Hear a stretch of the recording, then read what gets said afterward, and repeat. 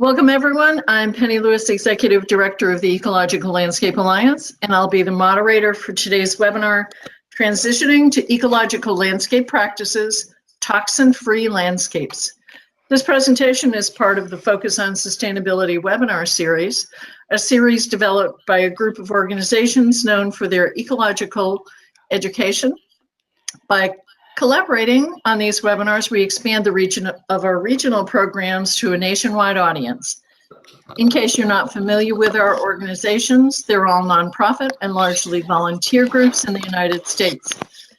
The organizations are the Ecological Landscape Alliance, the Chesapeake Conservation Landscaping Council, and Eco-Landscape California.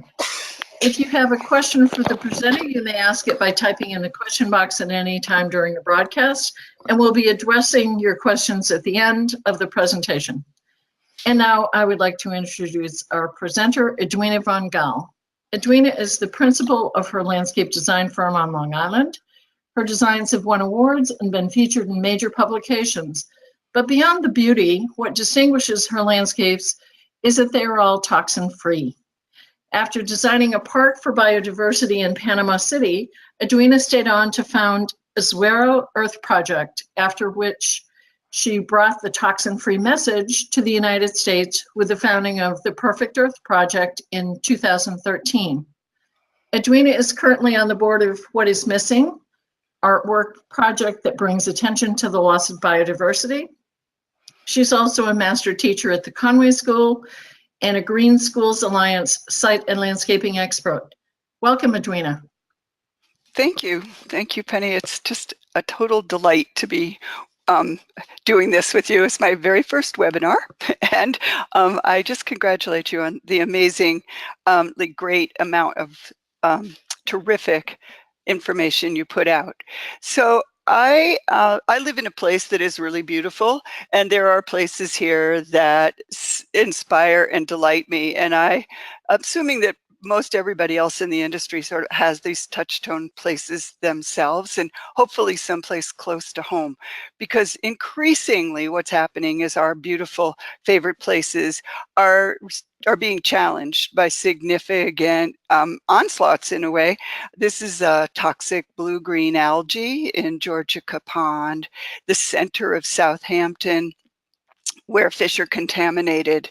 We're also seeing alarming changes in the populations of our wildlife and our songbirds, our pollinators. And so I came to realize that a good deal of that is us. This is at our own hand, the landscape industry, my industry. And as I was kind of winding down in my career, because here is me, and I have been designing landscapes for a very long time, about 40 years, and I decided, well, maybe it's time that I did something else that I could give back.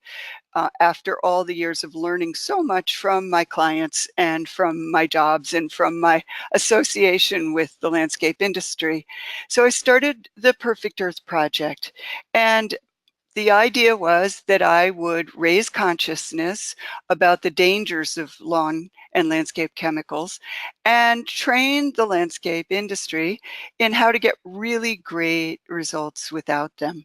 So I tried it on my clients first, and it actually worked. And in fact, it worked better than I had hoped, in that the results were excellent, but also the clients became engaged in a new and interesting way, as well as everyone involved in their property and their projects. So it was sort of a gift from them to their own to their staff and all the people that are working on the project. So I named it Perfect because it's sort of a little in my joke on everyone saying, I gotta have a perfect lawn. So how perfect is a perfect lawn if it's poisonous?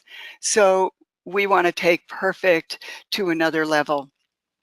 And so we've learned a lot about what it works and what doesn't work since we started doing Perfect Earth. And we're learning how to inspire people and how to educate them, and how to help them get past the challenges that drive them to sometimes maybe reverting to chemicals. So being perfect means making really a commitment on a non-agricultural landscape, which is what we do, to really find absolutely no reason ever to resort to a synthetic chemical.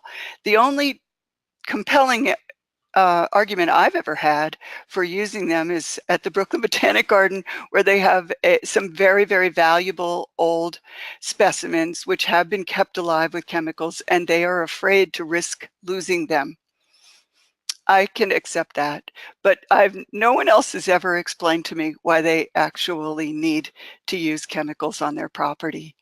And Perfect is also growing very quickly, more than I'd ever hoped, because of the strong movement in the food world that people have become increasingly aware of the dangers of chemicals in their food. So we don't have to teach them that chemicals are bad for them. And sometimes all I have to do is mention that maybe they're walking across a toxic lawn to get to their patch of organic kale.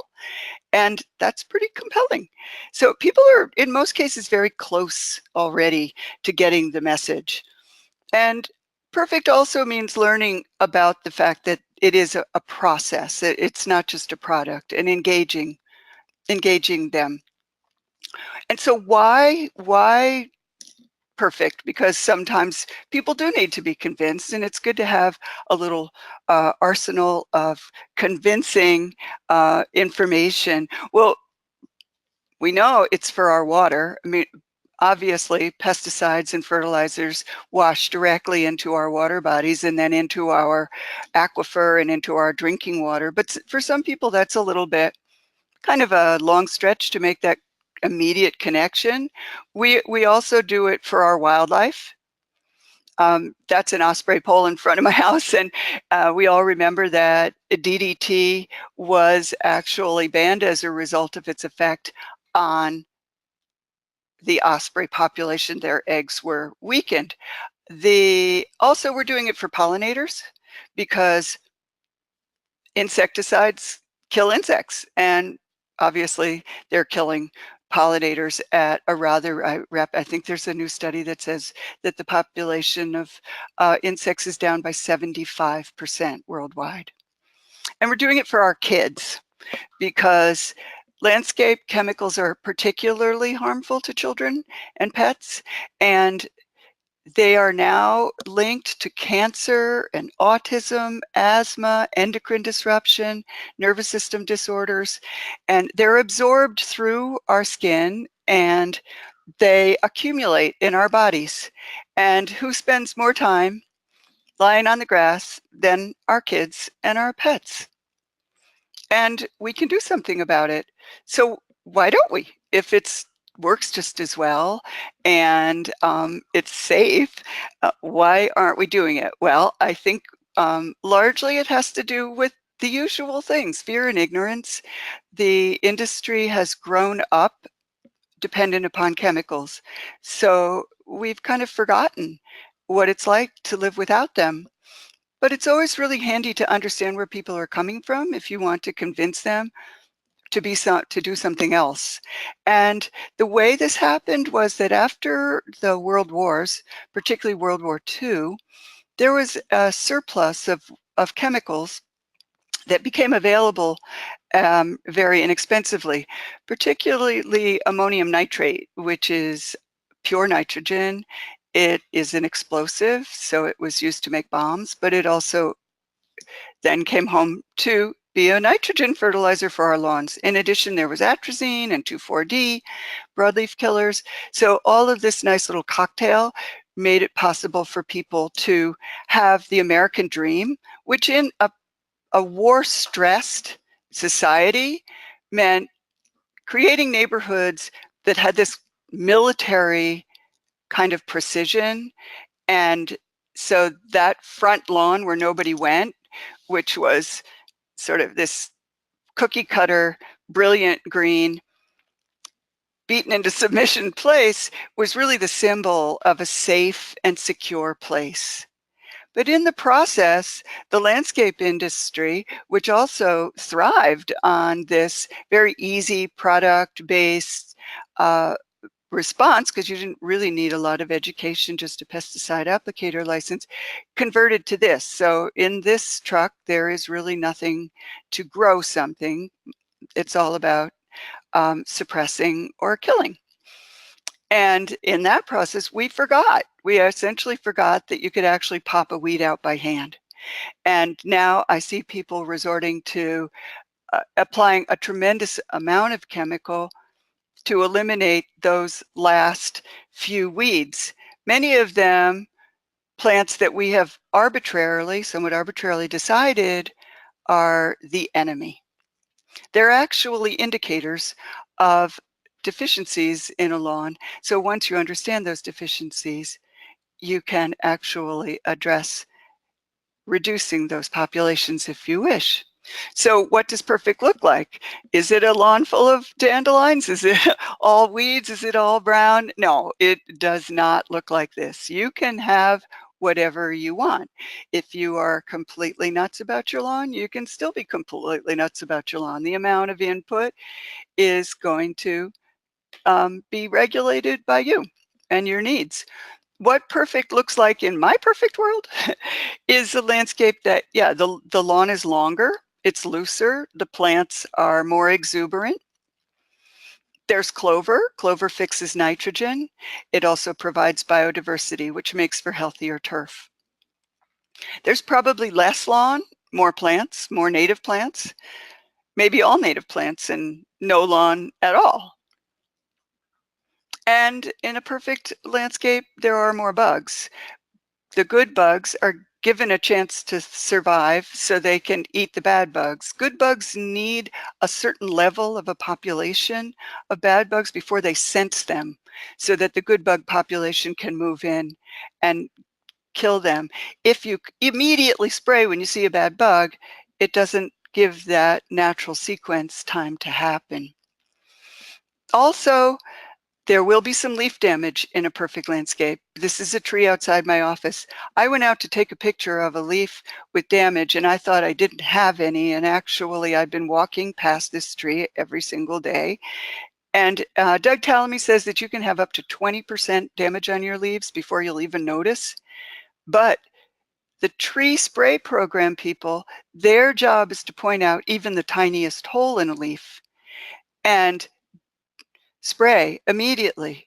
In doing so, the animal, the insect that made that hole, a caterpillar, would be removed and there would be no food for our songbirds who are entirely dependent on caterpillars to feed their young in the spring. So a perfect landscape has a lot more caterpillars and it has a lot more songbirds. And so how does this work? What's the magic? How are we perfect? Well, no surprise, it starts with the soil. And perfect is a natural systems-based process. So healthy soil is important. But if you went to the doctor and he didn't take your temperature or your pulse or anything, how much confidence could you possibly feel in a diagnosis or a prescription that he might give you because he doesn't know anything about you? So you really have to test the soil, which is something that we all just kind of avoid doing. But once you figure it out, it's really great. And actually, you can just depend on your landscape professional to do it. If they don't, it's kind of a telltale that maybe this person isn't really fully engaged in the process, and it might be a conversation you should have with them. Once you know what your soil likes, then you feed the soil. You don't feed your plants, you feed the soil. The soil biome is a combination of microbes, fungi, bacteria, and insects. They work together, they break down minerals, and they actually feed them to the roots. I mean, how else do minerals eat? I mean, how else do roots eat minerals? But they actually get help doing it. The soil biome also helps plants by creating their immune systems and communication channels so that they can actually protect one another, the plant communities. As soon as you apply chemicals, those microorganisms die. So But once you remove them, you can feed them and you can bring them right back to life. Compost brings organic matter and microbes back to soil, but sometimes compost can be pretty unwieldy. So a lot of people are using compost tea now. And it is a great way to bring a far more diverse microbial community into the soil in a way that's not nearly so unwieldy or messy. One of the other biggest elements, or probably the most often misunderstood part of a perfect landscape management system is watering. The person who sets your watering clock should be the person who really understands the life of your plants. Most often, landscape contractors rely on the irrigation company, and homeowners do too, to set the clock. They will get the same setting as every other single landscape in that irrigation company's roster of clients, which is generally 20 minutes for every zone every other day, which means that a small amount of water is thrown on the landscape with such frequency that the plants never dry out. And if you equate that to spending your entire summer in a wet bathing suit, can you imagine the fungus problems that you might have? The other thing is, imagine having water splashed on you regularly, but you're never actually given anything to drink. So you're thirsty. And this is the case with the lawns. They never actually get a deep watering. So roots don't go down, or it's dark and cool, which is what they prefer.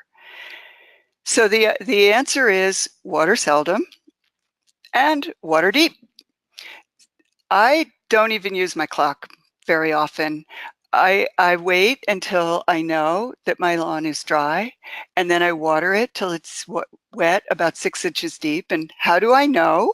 I use a soil moisture meter, which is actually tons of fun. And they're not cheap, so you can share one with your neighbor. Because once you kind of get the idea of how different parts of your property might be drying out, because of course it varies with soil and season and sun, the plants, then you can get an idea of what you need in each area, and then you can set the clock so that it goes on once and you know how much each zone should get. The other thing is, do not start watering in April when the irrigation systems are opened. There's plenty of moisture in the soil then, and the roots should get tough love. Get them to go down deep. If you start watering then, you're just asking for fungus problems then and on into the season. So wait until the plants are actually even a little bit stressed. Look for a tiny amount of wilt. If you step on lawn and your footprint remains, you know your lawn is wilted, then it's time to water, and then water deep. Think about how much time it would need. How much rain do you want after a very dry spell? At least a day, which equates to maybe an hour or so of watering. But use your moisture meter, and if it's not enough, water again for an hour the next day. Don't do it all in one day, because that could cause a fair amount of runoff. A really easy thing to get right and make a big difference is your mowing height. 3.5 to 4 inches high means more photosynthetic surface, healthier plants, deeper roots. They also have a better opportunity to crowd out weeds, because they're gathering the sun, they're shading them out, and there is no room for the weeds to move in. Mowing sharp, a commercial landscaper should be sharpening their blades every single day. That is a shredded leaf blade, and that is an invitation for infection, just as any surgery with a dull knife would be. And once you've cut that grass, leave it in place. Use the mulching mower, leave the clippings. That's about 50% of your lawn, of an average lawn's nutritional needs. And why send it to the dump where it creates methane, which is a more powerful greenhouse gas than carbon? And people say, oh, but it's messy. And what about thatch? Well, the messy part you're probably not walking over your entire lawn the moment after it's mowed. So you could rake away some areas that maybe might stick to your feet, but they should disappear within half a day or a day, especially if the lawn is mowed when it's dry. And thatch is a function of actually a dysfunctional lawn, because thatch is grass that hasn't decomposed, and fertilizers, synthetic fertilizers and pesticides absolutely shut down the decomposition process. So there is no opportunity for that grass to decompose, and it simply accumulates. In a healthy, functioning lawn, it simply biodegrades very quickly and moves into the soil. And along with the grass clippings, you can mulch mow and leave the leaves for the same reason. They may accumulate too quickly in the fall, so then turn your mower towards your beds and blow the mulched mown leaves into your flower and shrub beds, where they will provide a lovely winter cover, as opposed to buying mulch. If that's too much leaves, then actually mulch mow and bag the leaves and save them by your compost pile to do the green, brown, green all through the summer. Speaking of blowing them into your beds, eek, doesn't this make you shiver? I mean, this is the standard practice now, and that soil and those roots are suffering because there is no microbe that can really survive this kind of freeze thaw and dehydration. So the idea of bringing in mulch to fill in bare patches has become obviously extremely popular with landscapers. They do it, I have found, in some cases, because it gives clients a kind of a confidence that they've actually done something. So tree volcanoes are now erupting all over our landscapes, and unfortunately, most people don't realize how they smother trees and can cause girdling roots, and ultimately can cause the demise of the tree. Besides, mulches are usually brought from somewhere far away, from a tree that was cut down and chopped up, and fossil fuels were used to transport it to you, which is kind of a shame when you had the leaves on your property all along. And if you think you need mulch to suppress weeds, well, the best way to get rid of weeds is actually to think like one. Weeds are opportunistic. So if you go looking for what the circumstances are where your most problematic weed areas are, you can usually figure out a way to outsmart the weeds. And in this case, the weeds are growing in the hot cracks between bluestone, and this is crabgrass. Crabgrass is a warm season grass, so it likes the heat, and most turf grasses are cool season. They really don't. This problem was solved by actually digging the soil between the stepping stones down, so it was cooler, and reseeding in the fall when the grass could get a good head start, and so that it's shaded and down where the roots are kept cooler.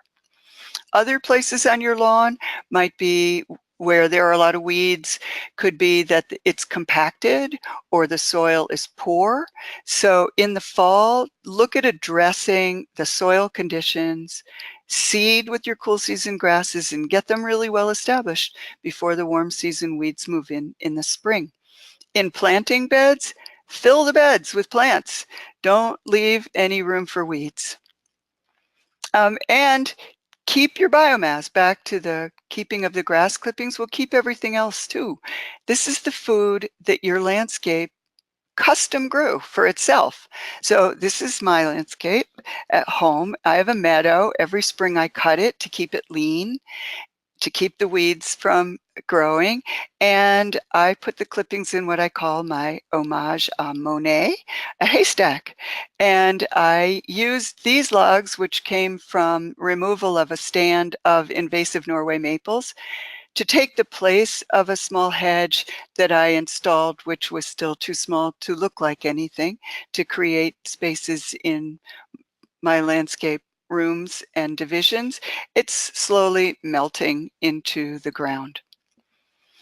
And it's a fun thing to think about what to do. Oh, log walls are great for hiding air conditioners.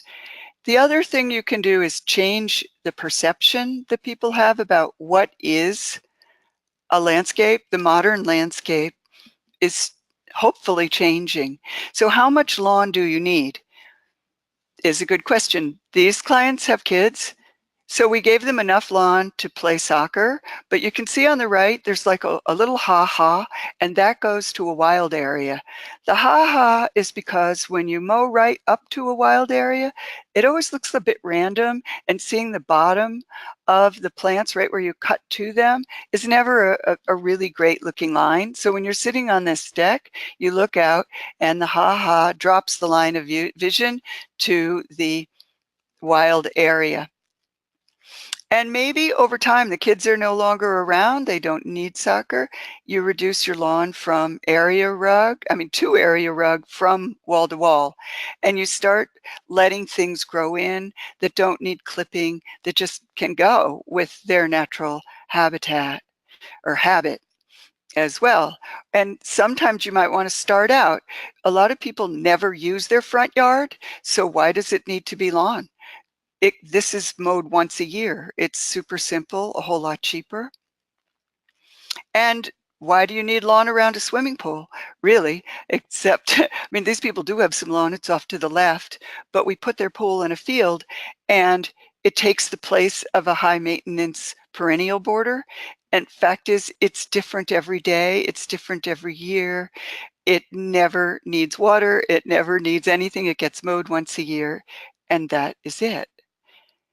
And the world of landscape is changing, so it's helping us with that perception thing. This is Brooklyn Bridge Park, and it has these wonderful wild areas. So here you'll see some goldenrod, and there's milkweed, and not that long ago, before the High Line, maybe, people would have looked at this as a mess, as just a weed patch that they hadn't gotten to yet. But what a difference it is. And how can we work with all of our clients and our communities to extend this into their homes? And one of the things that, when I ask people, well, why do you use Roundup? Most often, the answer is that they use it to kill the weeds in their driveways. So why don't we reconsider the way a driveway looks? Why not reconsider all of our knee-jerk responses to our landscape elements so that we simply don't need chemicals, find different ways. We no longer need, in order to survive, to suppress nature. We as a species are secure on this earth. In fact, we are now going too far with suppressing nature. So now we need to let nature teach us, and maybe nature should do some of the designing. So taking cues from nature, I mean, I could never design a garden that looked this good.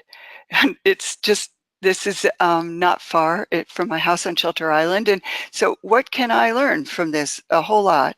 And so planting like what plants like, so looking at how they grow and how to replicate, but leaving them an opportunity to make some choices.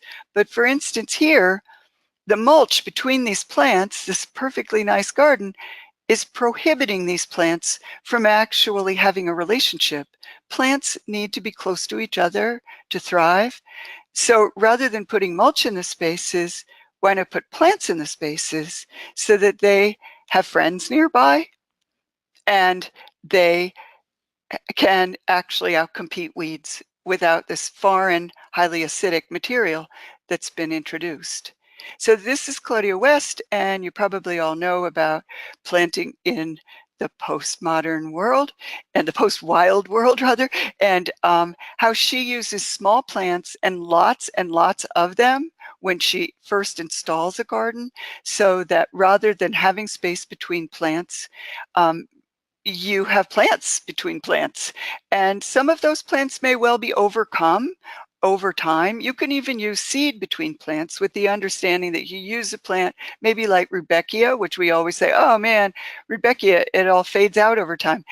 That actually is an advantage because the other plants fill in. The Rudbeckia was a phase, but it's a pioneer, and so the more long-term plants will fill in the spaces and ideally take over.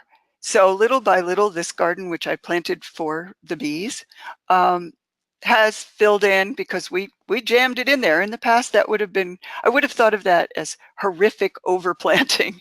But actually now, because the plants that went in were very small, so that I wasn't actually just wasting a lot of money on large plants. And if you lose a few, it doesn't really matter because there's plenty of them and they fill in really quickly. They're so much happier than planting isolated islands in a field of mulch. And so letting nature happen is really what it's all about. This is my meadow, and one of the things that has been so beautiful to watch over the years is how it responds to the weather, because water and fertilizer basically enhance the weeds, not the native plants, because obviously native plants did perfectly fine without either for a very long time and are specifically adapted to those conditions. So depending on the weather each year, my meadow looks different. So this was a year of wet and cool, so that there's a lot more of the aster and this the filiformis solidago. And in dry, hot years, I get a lot of Aragrostis spectabilis, which is just a wonderful change. And more panicum some years and more little blue stem other years. And obviously lots of bugs. So most trees and shrubs, once they're established, and especially if they're native, they do not need watering. They do not need fertilizing. All that does is push a lot of new growth, which then are more prone to infestation, maybe need more pruning. None of that is really necessary, and it opens them to injury and infection. So if your soil is right, you are going to probably get, and everything's growing along, yes, there will be bugs. And yes, the tree guys may say, oh, you got to get rid of that bug. Hold off. Because what I'm saying is, if you know your bugs, you really know how to respond. And so if you saw this bug in your garden, would you just wait and see what happens? Because what would happen is it would ultimately grow into its mature form, which is a ladybug. And in its lifetime, it will eat about 5,000 aphids. And so overall, as a landscape professional, my biggest message, I think, for people is to be prepared, because what you can really do for your client and for your job site is prevent damage before it happens. So get in there with a really great set of site protection specifications before construction begins. The contract that goes out to the contractor should have your specifications in it. That's the building contractor, not the landscape contractor. They should be responsible for putting in the biggest, toughest, meanest fencing you can possibly get your client to install, because you know that somebody's going to try and bust through it. And you're not going to be there. And no matter how much they try, they are not really going to worry about your landscape. You need to engage them in why they're doing it. Your site specs need to include fencing for trees at the drip line. They need to include things like what kind of trenching will ever be done on the site. You need to be prepared for that, or they're going to come through and dig right through the drip line of one of your trees you've been trying to protect. They had to put the water line in or something. Don't wait for your landscape contracts. Be there ahead of time. Areas should be designated for parking, for material staging, and for concrete and paint washouts. all of these things thought of in advance will save you disasters afterwards. Also, when the topsoil is stripped and stockpiled, keep in mind it's now in a pile, which means most of it will be deprived of oxygen. So it's not going to be the same soil that it was when it was stored. A year or two later, after the construction is finished, you're going to need to give it some help. You can't really assume that suddenly that soil is going to be every bit as great as it was when it began. So manage your client's expectations too. Be prepared as part of this being prepared. It's often surprising what causes homeowners and land management people to give up on transitioning to perfect. So how can we anticipate what their concerns and challenges are going to be and address them before they get frustrated, before they happen? For instance, explaining why a lawn should not get heavily fed in the spring so it greens up before everybody else's does, because that stresses it and it leads to a lot of fungus problems later on. So then they're applying fungicides, and fungicides kill nematodes, and nematodes control grubs. And so you're in that whole cycle of dependency. So explaining to people that actually a bright green, the first bright green lawn in the spring is not really a badge of honor, but maybe an indicator of something else. And there aren't that many ways to tell what perfect, our kind of perfect lawn, if you're driving by one, except in the spring, it's a good way to tell. So if their lawn is brown later and they're saying, I don't get it, I signed up for this program and my lawn looks horrible and everybody else's is green, you could explain to them, actually, you win. And how can they spread that message around the neighborhood? And this is another way, obviously, for people to tell who's perfect and who's not. But what we found, which is always interesting when you really start talking to people, okay, why are you frustrated? What's the problem? I found out that people were looking for these signs, so they knew that the people they hired were actually showing up while they were at work and doing something. So what we now suggest is that they switch to this.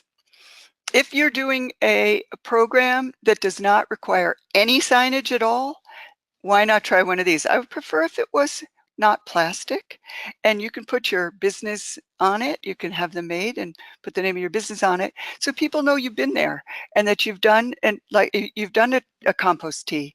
There are products that are low toxicity, but do require the yellow label. So you can put the green label with the yellow label and still get the same benefit that neighbors know that you've done something good. So in the end, what we'd like everybody to do that is, we think, the most effective way, even for me every day, is to make my commitment to chemical free a pledge, to make it really part of my business and of our thinking and the way my entire staff works and acts. So everyone I work with, every one of my clients, every one of my contractors, everybody's engaged in this. And then we can take this out into the community. So the more people we get to do it, obviously, the more work there is for the people who do it. And so making an official pledge to help your clients and encourage people, the best way to start is right now, actually, in the beginning of the year when everybody is getting their landscape contracts, or maybe if they do their own lawn, they're thinking about what products to buy. But everyone in New York State has to get that list of products that they're going to be used on, that will be used on their property that year. So it's a great time to look at what is being used and why, and what is the alternative. And then, create a community. So you've done it yourself, take it out. People often ask us, what what do I tell my neighbor who's spraying? So sometimes they might be the hardest ones to convince. So, but start with the people who are listening, and create a community all around the people who maybe don't want to hear it. And maybe you can figure out what their fears are. Why are they afraid to change? What do they think is going to happen? And then you can show them that the rest of the community is actually doing it and it looks great. Their lawns are not a mess. And so you can start obviously with your landscape community. Make sure your landscapers are all on board. If you can possibly get them to go to training sessions more and more, we and NOFA and ELA are helping to create a wonderful network of training for the landscape community. And we've created a little mascot, our icon leaf, who is a symbol of perfect places.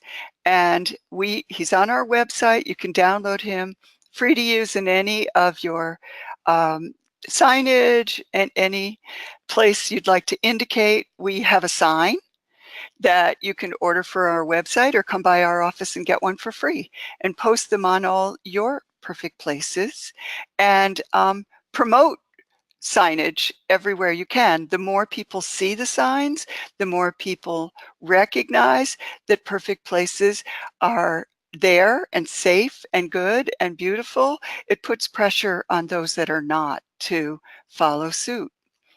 We have a handbook which you can order through our website, distribute to those who are maybe not quite on board yet or need help improving the look of their lawns.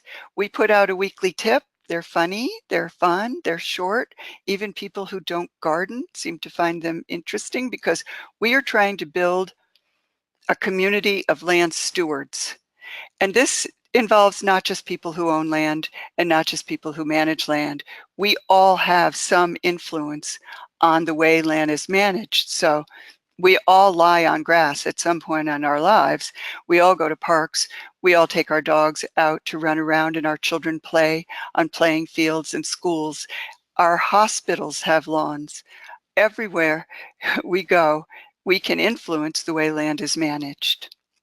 And so now I'm winding down here, and you can start thinking perhaps about the questions you might want to ask and write them in. And I'm going to run, in the meantime, a short film that we made with Isaac Mizrahi. It is on our website and it is on YouTube. So maybe you'd like to show it to friends and family or people who aren't totally convinced. Oopsie, what happened there?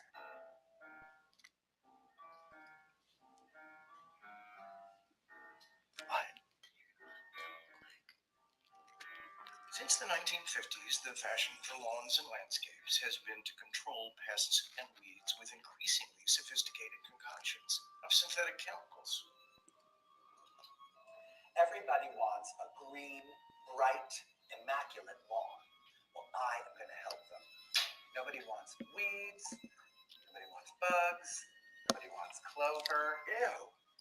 Clover, bugs. No, no, no, no, no. This is going to kill them all.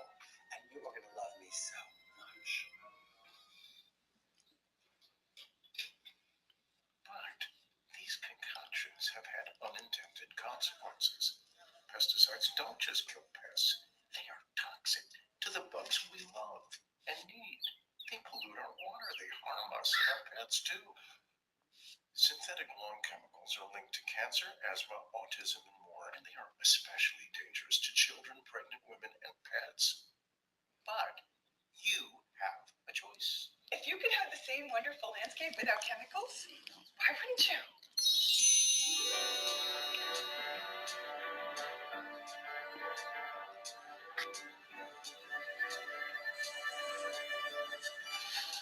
Organic. It's fashionable. Help your lawn kick the chemical habit and make it safe for family and friends. It's so easy and so important. So should I click? So We look forward to a day, actually, when that every homeowner and the entire landscape industry is a community of land stewards, and we feel quite sure that we can do it together, all together, yard by yard. Thank you very much. And now we're ready for questions. Thank you, Edwina. That was great. So much information, and we do have several questions. The first, there's a lot of propaganda about the safety of glyphosate. Can you point us to a definitive study on the harm of this chemical to refute some of that propaganda? Well, I actually just bought a book, which I haven't read yet, called White Wave. It's all about glyphosate. And the other really good sources beyond pesticides, we rely on them a lot for great science. It's beyondpesticides.org, and they search all of the literature and narrow it down and put it out in very straightforward and pretty simple language. All right. The next is a comment and a question. I generally agree with no chemicals in the landscape, but the other day I was in the presence of a discussion with a lecturer who made a very strong case about using chemicals to remove and control invasive plants in our Northern Virginia area of the Chesapeake Bay watershed. Your thoughts? Well, when you say watershed, that really worries me because, you know, using, and I would assume that would be glyphosate that they are using to remove invasive plants. It's usually the go-to application. And in watersheds, it is, of course, particularly harmful. Once again, I go back to the thing, well, what's wrong with good old handwork? You know, where was it, when was it that we decided that we can't do things by hand? And hand removal of invasive weeds at any scale, yes, it is more expensive, but it is so justified. When you look at long-term ramifications of the effects of using a pesticide, which is a herbicide, because if you use Roundup, you kill everything. So you're not giving the native plants that were growing with that invasive an opportunity to regenerate. And by doing it by hand, you're changing the balance, which is what you want to do. You're giving the native plants the opportunity to prevail. Okay. How do you apply soil test results to problems with native plantings for which there may be no research on the best soil? That's a really interesting, because their soil is just one of the most complicated things. And I can't write a soil spec. I only know like one or two people who can. But I would suggest consulting with one of the soil food web labs. There's one here on Long Island. You can just Google soil food web, and they will look at the microbial life of your soil as well as minerals and organic matter, and they are the soil experts, and that's where I turn if I have a problem. Excellent. How do you remove invasive shrubs and vines if they're impossible to dig out and use these manual techniques you're talking about? Well, I'm not exactly sure which, I guess maybe Phragmites is pretty impossible to dig out. So one way, it's about repeated, persistent, dogged, tireless recutting. And I know it's not easy. It's not easy. And that's what I meant by when I say, like, it's really about a commitment.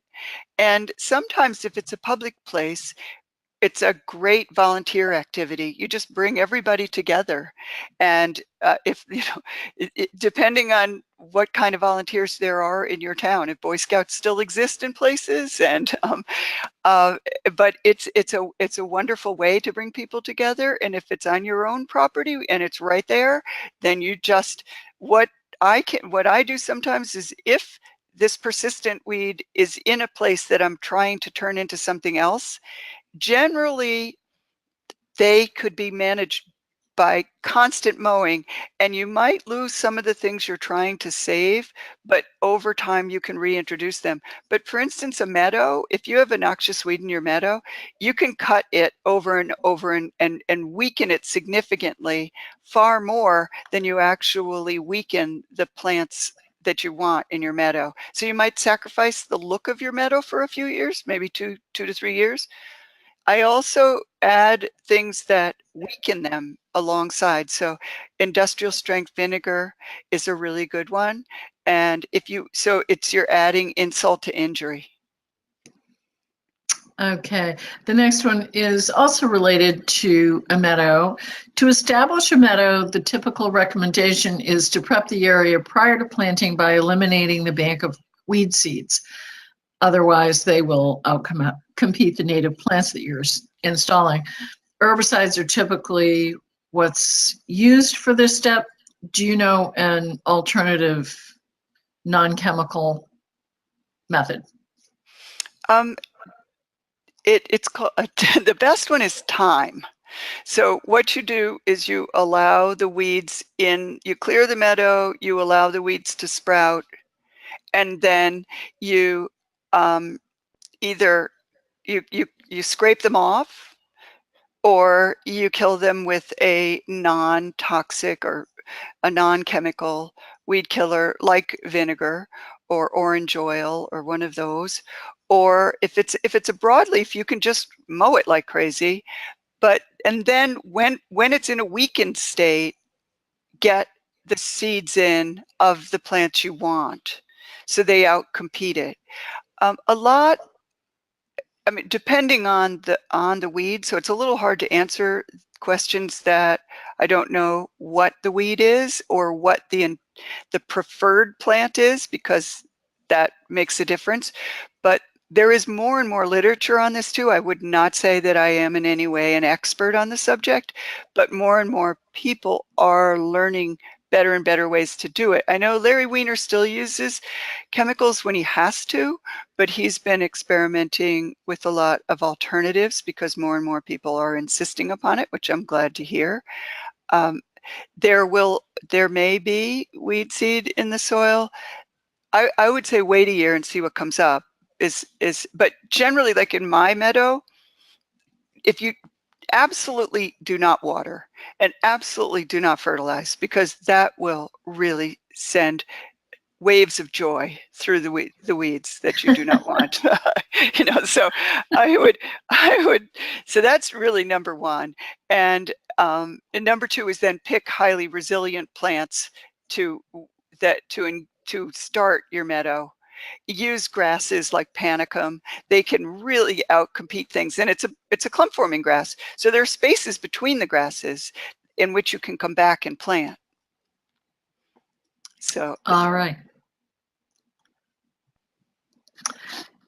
We have several more questions, and I'm sure we're going to run out of time, but we're going to get through them as quickly as we can. I'm dealing with the shade-tolerant annual Fatua villosa and perennials Acaranthes aspirata, all manner of shrubs, vines, and small trees that outcompete our native plantings. Should I give up and call it nature and leave these alone? it depends on whether or not you like what they're doing. I mean, because there is a certain amount of role that we can play, our own preferences. And so, if they're not really harming anything, and they're not moving into areas that you are unhappy about, then maybe they're just fine. There are times when but I have found that, and those aren't weeds that I'm that I have a problem with here, so I don't really know if they tend to escape, because that's the big thing is I've allowed certain, the classic garden thugs, you say, oh, well, it's so pretty, I'll just keep it in this bed, but it refuses to stay there. Then you might want to consider, there's a new thing that people have been doing for garden beds, which is using clear plastic. So you cut stuff down, you water it really well, you get really heavy duty clear plastic, and you put it down over the plants, and you hold it down really tight with lots of stones or cement blocks around the edges, and you do it in the hottest, sunniest time, like August, so that basically you boil them, as opposed to the old thing was doing it with black plastic. But the clear plastic is actually proving to work much better. Interesting. This goes back, the next one, back to your comment that dandelions are an indicator of soil deficiency. What is the soil problem?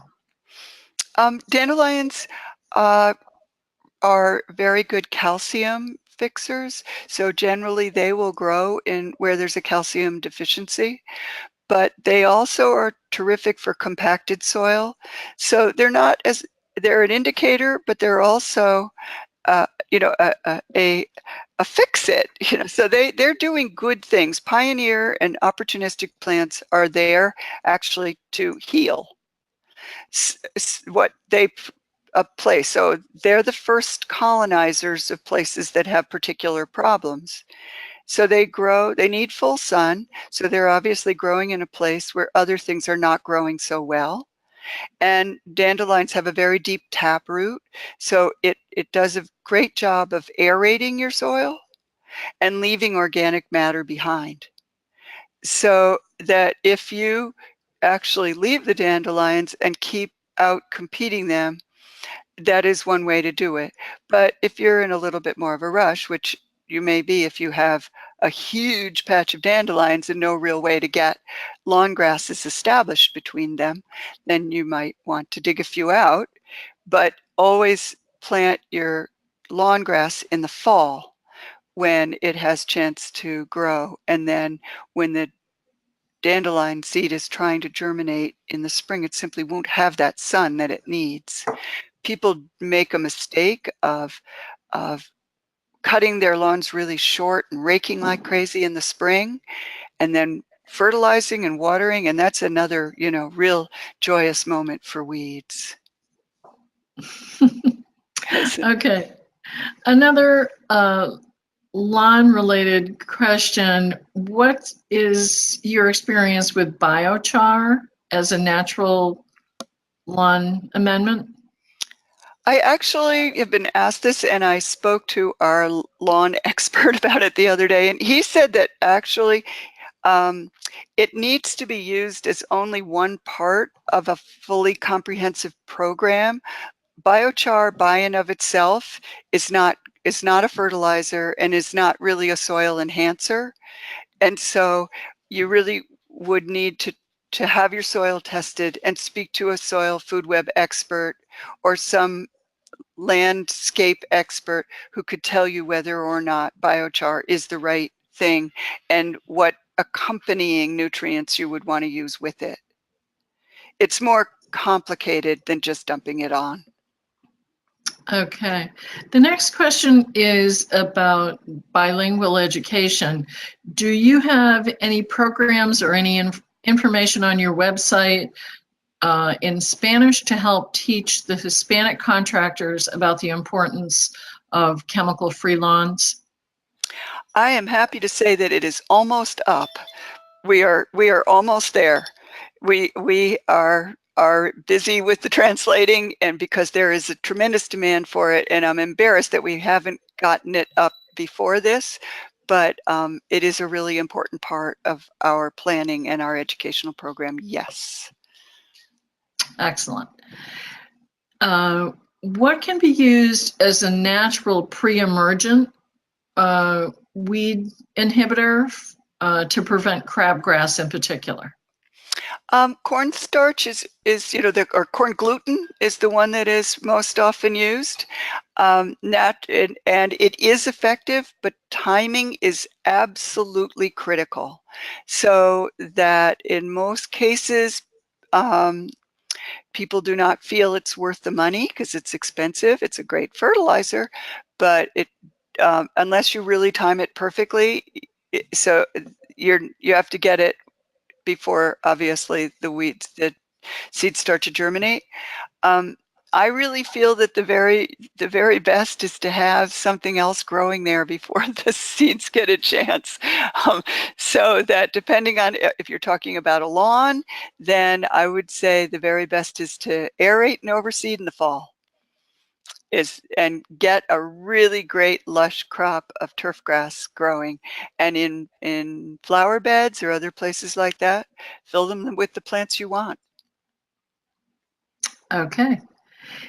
In addition to the many tips that you've provided, are there any other specific steps that can support the transition from a truly chemical lawn to an all organic?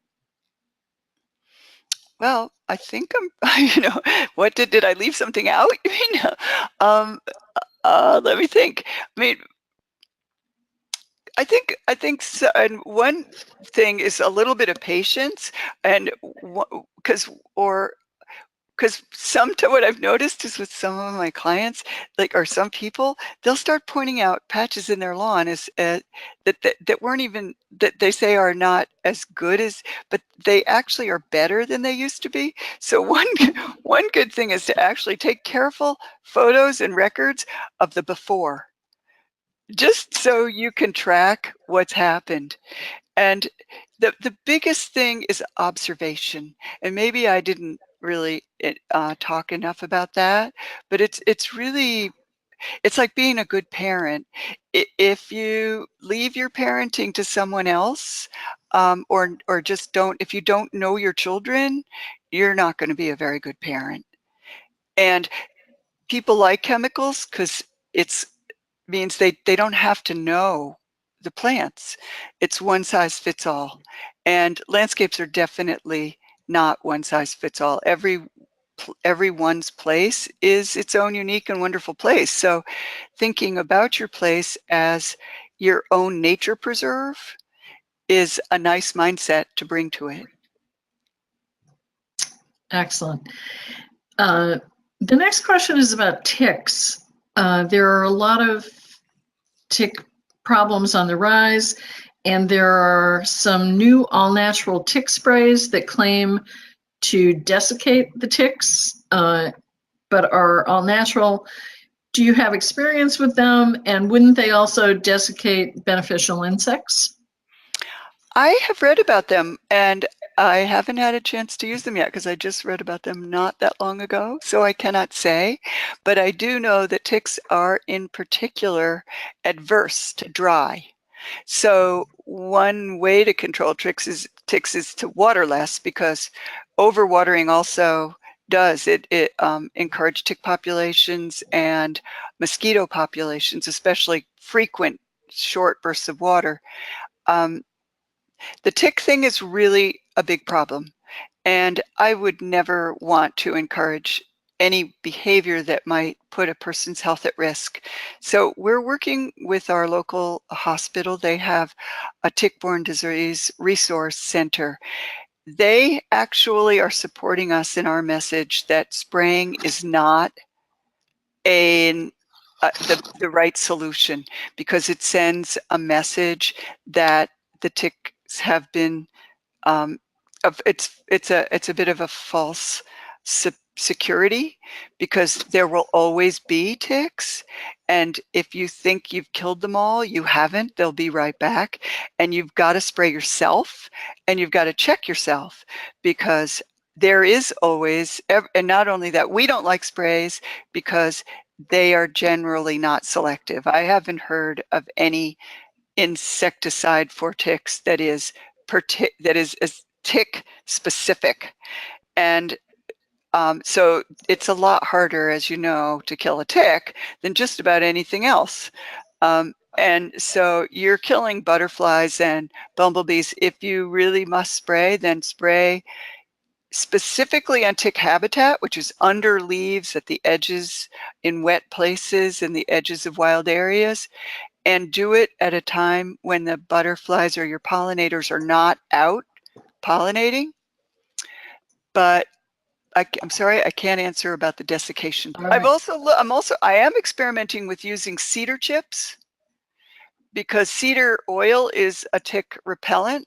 So using cedar chips to make paths and putting them all around my garden beds. Hmm. And you know, I can't say for sure yet, because it'll take a few years before, you know, it's hard to know when is a big tick year, what other circumstances might have been at play. But it's worth a try if you can get your hands on them. All right, thank you. The next couple of questions are plant specific. How do I remove liriope and replant with native sedges? And then not pull out the new planting when the liriope reoccurs. I would pull out the liriope and I would keep pulling it out until it doesn't reoccur anymore. So you might be looking at a bit of a mess. So that's where the time and patience comes in. But just keep pulling it out until it doesn't reoccur, because trying to remove it from a planting that you're trying to establish is like push me, pull you, you know, that is probably not going to work. Okay. The next question is first a comment that the listener is loving the webinar. And Thank then we need to look at chemicals just like we look at chemotherapy. First, we get a sound diagnosis, then using it as an individual choice. But we look at all the alternatives first. If we choose to use it, like the guy that wants to use it for the invasive plant that you mentioned, then we look at how we heal after the use. The pesticide is not the first choice, nor is it the end of the story. There are extreme measures that should be tested and treated. So that's a comment. But can I make a comment on the comment? Definitely. Which is that when you have chemotherapy, the only body that chemotherapy is affecting, other than the fact that actually chemotherapy gets into our water and everything, but basically the only thing you're killing, or the risk you're taking, is your own. When you use chemicals, you're affecting an entire ecosystem. It may be small if you're only hitting one patch of soil, but it is inhabited by billions of organisms. Yes. This next question gets back to plants again. You mentioned the hut cracks between the bluestone. Is there a recommendation for native plants that you could seed into that area rather than seeding in grass? Yeah, well, I don't know about native. There must be some, depending on, you know, how much traffic it's going to get, because the non-natives are things like, you know, the little mints. Some clover is great, which isn't native either, but there are a lot of plants that are really acceptable non-natives. Thyme and mints, but even like an Arctostaphylos would be fine, but that would be like kind of tall and maybe you'd trip over it. But there's if there's plenty of moisture, lazulus is good. There's one, oh, what is the name of that one with the little purple flower? Oh dear. But mostly I think, you know, there's that whole group of plants now called the steppables that Oh, yes. can go, yeah, that are good. And they're you know, they're touchy, I guess you'd say. Some will work in some places and some will work in others, and so you can't ever be absolutely sure if it's going to work for you. So I wouldn't invest in a huge amount of any one thing before trying it out. Okay. The drainage, the soil, the how hot, the how much sun, all of that will matter. All right, excellent. Well, thank you so much. Thank you for putting your contact information up there.